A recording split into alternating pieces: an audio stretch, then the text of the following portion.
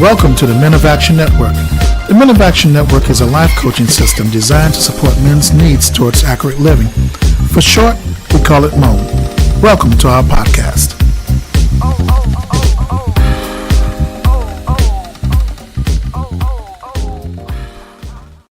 One thing that I'm still here pondering real hard is what is the inheritance I got from my parents. I know I've asked that, but I think the more we talk, it's the more I'm looking back at my own life, wondering, really, what did I get? Yeah. I think you need two things to help you see that. I think you need to do that personal inventory that you're doing. Yeah. But I think when I look back, my sisters and brothers, we have conversations from time to time. And sometimes those conversations end up, man, don't tell me, yeah, you're acting just like daddy right now. Yeah. Or you're acting just like mama right now. Yeah. Do you remember that time she said, remember the time he did? And before you know it, as you go down that memory lane, you start to recognize what things were kind of the hand-me-downs that you got from them, good and bad, as well as some of the other stuff, Now, to those of you who are only children, that's going to be tough, but you can still pick that up through grandma, aunts, Right. other Extended family that, to me, was related to you, or relative to you, even friends, that used to, spend a night over at, that kind of thing. They can help us kind of figure out some of that. I think what it is, we often equate the whole concept about the inheritance in terms of like a monetary value, right? Something that's tangible that I can see and touch and feel. Right. And sometimes those things are not necessarily tangible things. They are memories. Yeah. Okay, they are the experience of a mom. I think one of my best things that I got from my mom was, I remember she was working part-time and she was going to school at the same time. So she got up every morning at 5:30. Right. Okay, and she left out. Right. Okay, by 6 o'clock. And she had to be at school, let's say, for 8 o'clock back in Queens. So then she went there, finished at about 2, and then got the train and then went back to the Bronx. Okay, to work from 3 until like 11 o'clock at night. And I remember every night I would walk about 1.5 miles from where we were back in the Bronx back to the bus station. So meet her and walk her home. And then walk back. Now she was tired. Now the thing was, I remember those nights of just being up with her, doing homework with her, reading, her book, making sure that she stayed awake, just trying to help her with her paper. So the inheritance, now looking back, perseverance. Yes. Right? Yes. That in the hardest of things, you can still push through it. So sometimes those things are not tangible things that you can touch, but they are the intangible things of the mind and spirit that stays with you long before any monetary thing has come and gone. But I think it's also the loneliness and the lost feeling that a boy without a father would have. Yeah.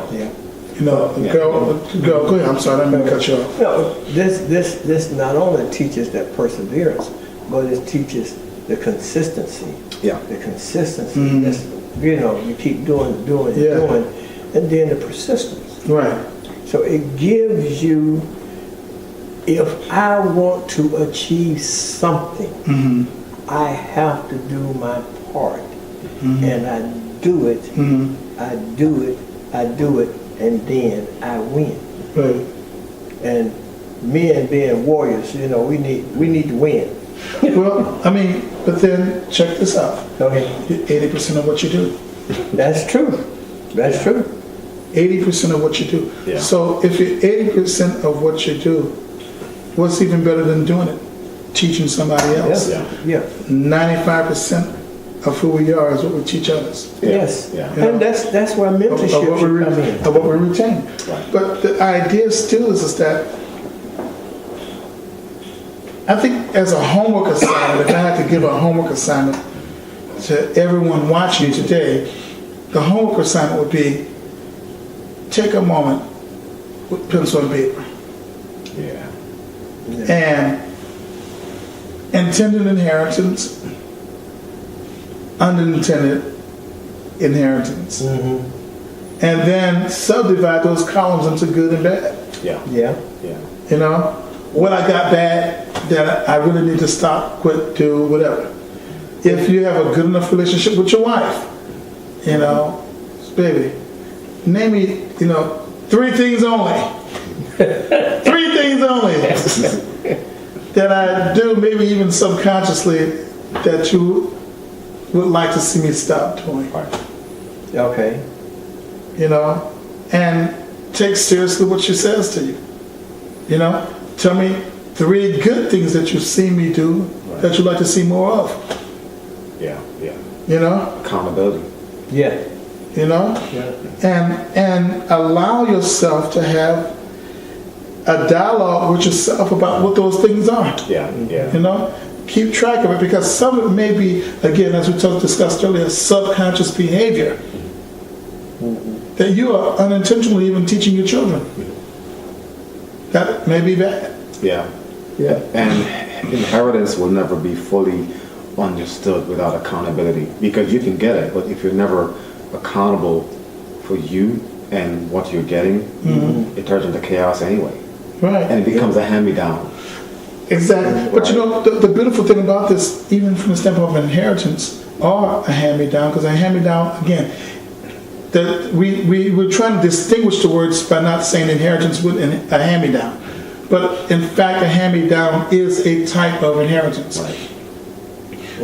But the reality of what we're talking about is that if I pass down something good to you, that good should produce tangible results. Right. Tangible good results. So if I teach you to work hard, then later on in life, you're going to be a hard worker. Yeah. Hopefully. You know? Yeah. Hopefully so. You should be a hard worker. So that was something good I passed down to you. Now, I should say that. There was some things in Grandma that we used to talk about. We felt like Grandma was too forgiving. She could afford to. She was too forgiving. Wow. Okay. You know? Grandma, let people run over you, especially the ones at church. Church folks. Yeah. Come in, ask you to pick them up, bring them back home, and do this, that. Grandma, you tired too. Get your rest, Grandma. Yep. Yep. Now, I think in some cases, it was good that she did those things. But now I'm realizing it's the way I received it in my mind, her Right. actions. Right. Right. Were they really good actions or bad actions? You know, questionable. Where's that gray line? Right. You may find that you stumble upon that gray line in your life as you look at your inheritance. You know? Because the gray line becomes what you received of it and the attitude in which you received it. Yeah. You know? It could be, Mama was always nagging me. You know, stay away from the wrong boy. Always nagging me about it. You know? And because you received it as nagging, maybe you didn't learn the lesson as soon as you should have. Yeah. Yeah. Yeah. You know, stay away from that girl. Yeah. You know, it goes both ways. Yeah. But the thing about it is that thin gray line between hand-me-down and inheritance. Some of that gonna lead to confusion. I think confusion here may be good. Because it forces you to think. Right. You know, it forces you to find clarity, and it forces you to see maybe what other things happen to you in life that make you reject or accept what it is that you've inherited. Right. You know? And the good thing about that, you find out about yourself. And a lot of us are afraid to find out about ourselves. Ooh, some could be hidden in the dog down there. Well, I mean, but we live in a world that tells you never regret anything. Never regret anything. Well, how do you learn if you don't look at your experiences Right. and take from them the information that is valuable? Yeah. I mean, you can't even get things straight from something you screwed up in if you don't access it and look at it for what it is, Right. not for what you want it to be, Right. which is what a lot of people's problems are today. Yeah. You know, we live in this alternate reality that it didn't turn out right, but, you know, it's not my fault. Yeah. You know, and dude, it's your fault. It's your life. You're living it. Yeah. You know? So, Got to take responsibility. Take ownership. Yeah. well, you can't change anything if you don't own it. Yeah. Right. Right. And finding out about yourself, you got to own everything that is inside you. Or you become the victim. Right. You know, somebody else did that to me, you know. You know, that girl forced me to lay with her, and then I laid with her 30 times.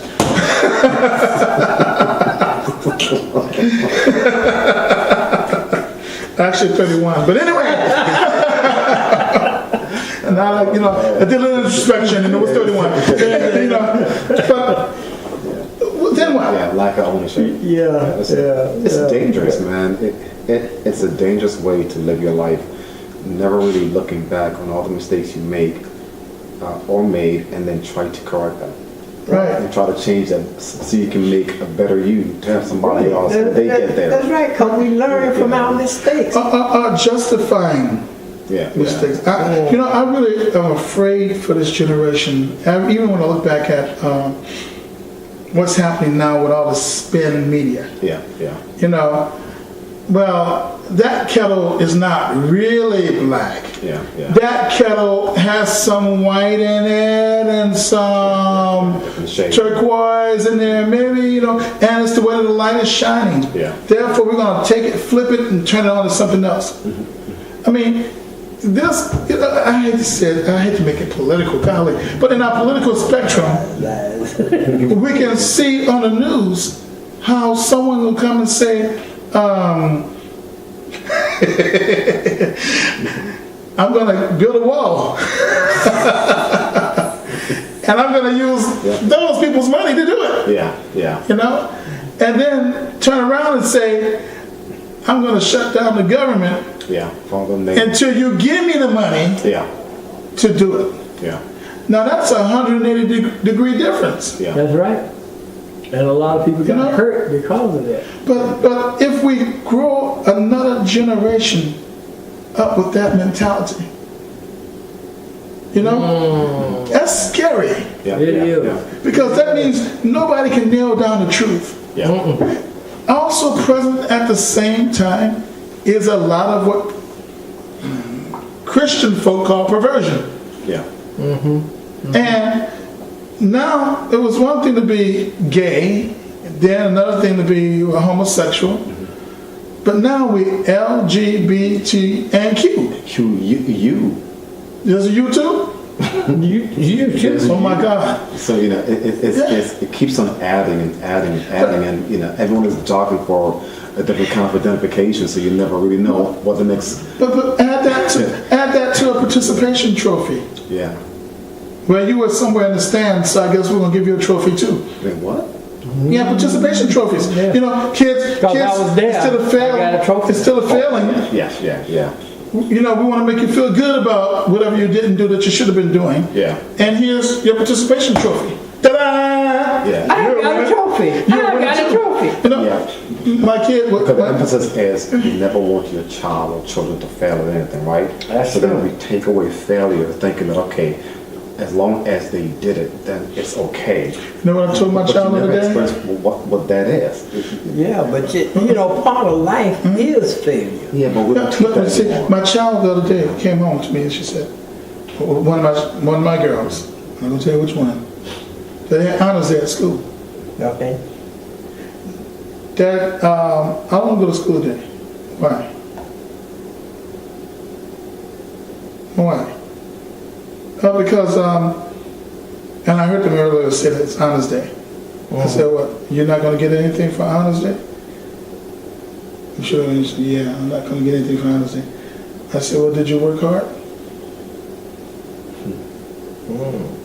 Did you do everything you were supposed to do?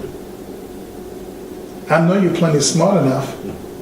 You know, nothing wrong with your brain, okay? But if you don't come home and hit those books, if you don't work hard, if you don't challenge yourself by Beyond, by the fact that you want an honor, then you got to do the work. Yeah. Do the work. You know, giving kids a participation trophy is setting them up for not only failure, but for almost a suicidal break, because they have no clue of. They don't receive that steadfastness, that sturdiness that keeps you going. It's just like, if I want to get on the other side of the wall, Right. I got to climb the wall. But if I hit the wall and fall down, I got to get up so I can climb it. But I can't get up. You should hit the wall. What if the wall is invisible? If it's invisible, we can't see it. Yeah, but you know, if it still stops you because you're afraid of the muggers, the killers, and the rapists on the other side. Yeah.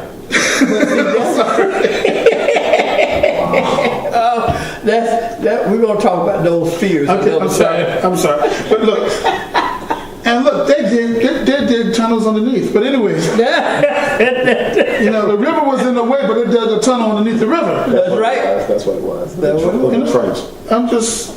I'm flabbergasted that how weak we've become because we will not deal with ourselves for real or let anybody else deal with us. It got to the place that you see somebody's child doing something, you won't stop the child because you don't want to deal with their mother. Because they get that thing. Well, I saw your child do this, and my child didn't do that. And you may wonder how we got on this tangent, but we're really not on a tangent. Right. The idea is that if you got a hand-me-down from somebody, mama, daddy, sister, brother, cousin, uncle, whatever, you're crazy because cray-cray was in your family, then the idea is that somebody needs to be able to say to you, you're off. Yeah, you crazy. Somebody needs to be able to step to you that you won't beat down or run away from, to say, you know what, this is your shortcoming over here. Yeah. You should at some point get to the point that you can receive criticism, not just out of the mouth of somebody wanting to beat you down, but somebody give you constructive criticism. but somebody who loves you enough, You have to tell you what's respects you enough to say, hey, you're sliding, brother. You're sliding. You're sliding, sister. You know? You better put some space between that pants and your leg. Okay? Because nobody needs to see all that. You know? You're 45 years old. You're not 22. And your pants should be a lot higher than where it is. You know? Yeah. I mean, there's just some things that, you know, I think if understanding what hand-me-downs are in your life that may be disrupting things, that may be causing trouble, and I'm speaking to me first, you know, and that's another thing. These brothers help keep me accountable, and I also help keep them accountable. Yes. You know, so we talk about our lives to each other as plainly as I'm talking to you now. So that gives me a rear view mirror, a side view mirror, okay, and sometimes a front mirror, okay, because sometimes you get in the mirror and you want to close your eyes because you don't like what you see. You know, and you still need somebody to say that pimple on your forehead is pussy and is ugly. You know, squeeze it, please. Yeah, you know, do something. You know, so I think that's a wrap. Yeah, we got to do something. Just sitting around thinking that you're okay and not doing a self-evaluation to see if you're okay will lead you to destruction. So again, that homework assignment, get out a piece of paper If I were you, I would go landscape. This is portrait, this is landscape. I'll make a column. What I believe are hand-me-downs in my life, what I believe are inheritances, things that were intentionally given to me by my parents and whoever. Then I would subdivide those two areas, those two columns, into what I believe is good in my life and what's bad in my life. You know? I'm constantly surprised at how much I go back in our life and laugh at things I do that I really thought was disgusting that my mom said or did or my dad did or said, but now I'm dealing with my children. And I've even adopted some of what they said. I'm like, what the heck? Yeah. I do sound like them. Shucks. You know? Yeah. So, No matter how much you like it. So in the words of Michael Jackson, I'm starting with the man in the mirror, Yes. and I'm asking him to change his ways. And I don't remember the rest. the new documentary might be reason why he's sang that song. Yeah, they make him look worse than R. Kelly, man. So, That's a tough one. yeah. Yes. But anyway, if you like a little bit of what we talked about, drop us a note, ask us some questions, and we'll answer your questions. Please subscribe to us and just become part of the conversation. And next time, we're going to take some time to discuss about how to deal with some of those inheritances, some of those hand-me-downs that might be problematic. Yeah. Yes, I can bring my fifth for granddad. He said fifth.